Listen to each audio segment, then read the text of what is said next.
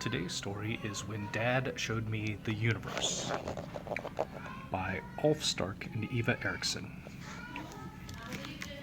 When Dad Showed Me the Universe. One day, Dad said he thought I was old enough for him to show me the universe. "Where is it?" I asked. "Not too far," he said, taking off his dentist coat with its flecks of blood. "Are you going to be warm enough?" my mother asked. "It's pretty cold out there." "How cold is it at the universe?" I asked.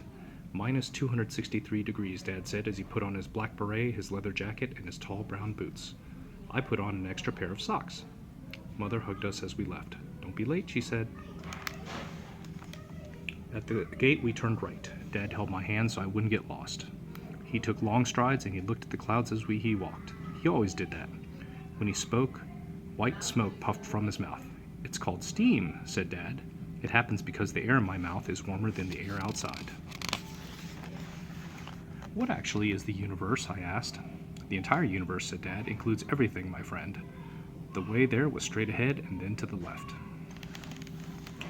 "Is that it?" I asked. I pointed at the supermarket. "No," he said, "but we can go in there for our provisions." Provisions are like food and supplies and groceries. "What are provisions?" I asked. "Things you buy that you need for an expedition," said Dad. He knew exactly what we needed. "1 packet of gum," he told the shopkeeper. "Do you need anything else?" she asked, "because we're about to close for the evening." "No, that's all," he said. We walked for a long time, past the park where the toddler pool was closed, past the hardware store, and past the fish shop, which were both closed as well. It was starting to get dark. "Are we there yet?" I asked. "Are you tired?" asked Dad. "No, I'm not," I said, although I was. He whistled so it would be easier for us to keep walking. The tune floated in a white cloud above his black beret. Then he came to a ditch full of water.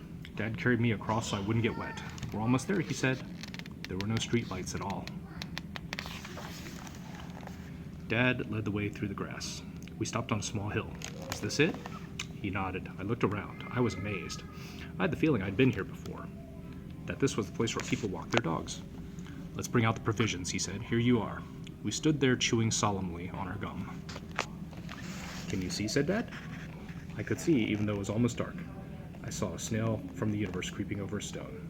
I saw a blade of grass swaying in the winds of the universe.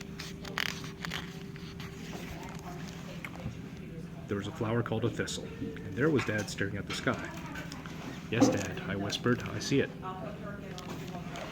All of this was the universe. I thought it was the most beautiful place I'd ever seen. Then Dad looked at me. "Don't be silly," he said. "You're supposed to look up." I looked up. 1,000 stars were burning in the sky. Dad pointed them out. He knew all their names. "You can see the little bear," he said. "And there we have the serpent, the horse, and the scorpion. You see its tail?" I couldn't. For me, the stars all swam together like specks of dust in the living room when the sun shone. "Yes," I said, because I didn't want to look silly again.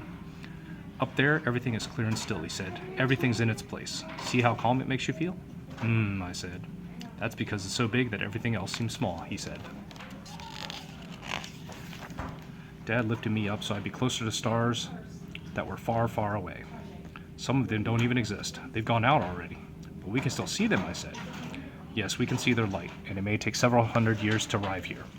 I looked at the stars that weren't there, and Dad went on telling me their names and carrying me. "The swan," he said. "The harp. Big dog." Then he was quiet. His nostrils flared. "What on earth is that?" he said. "What?" I asked. "What's that stink?" he snorted. I knew what he'd stepped in. "It's Big Dog," I said. Then we went home. Dad lost his enthusiasm. He looked at the boot he wiped in the grass. "You're probably too little anyway," he said. Then he walked in silence for a bit. "All I wanted was to show you something beautiful that you'd remember forever," he said, taking my hand. "But I will," I said.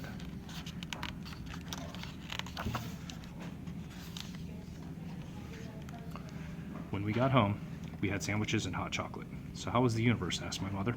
"It was beautiful," I said, "and funny."